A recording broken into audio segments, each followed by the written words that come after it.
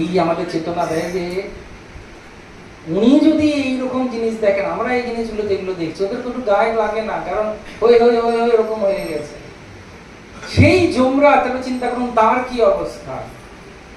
তিনি রোজ সকাল বিকেল দেখছেন ওই যা যা জিনিস বললাম। তিনি জগন্নাথের ধামের মাহাত্ম্য শুনে অজ্ঞান হয়ে পড়ে গেছেন যে আমার কি হবে, আমার তো চাকরিটা চলে গেল। জগন্নাথ শুধু দর্শন দেবেন, যে প্রবেশ করবে তার উপরে যমদণ্ড কাজ করবে না। সেখানে রঙ্গনাথ মন্দিরে, যারা রঙ্গনাথ মন্দির দর্শন করেছেন বা যাবেন একবার, প্রভুর অনেক ঝামেলা বাড়িয়ে দিচ্ছি আমি।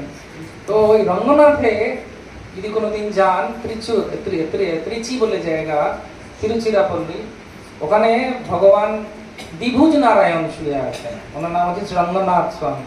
সব থেকে বড় গোপুরম আছে ওখানে, রামানুজাচার্য ওখানে সেবা করতেন।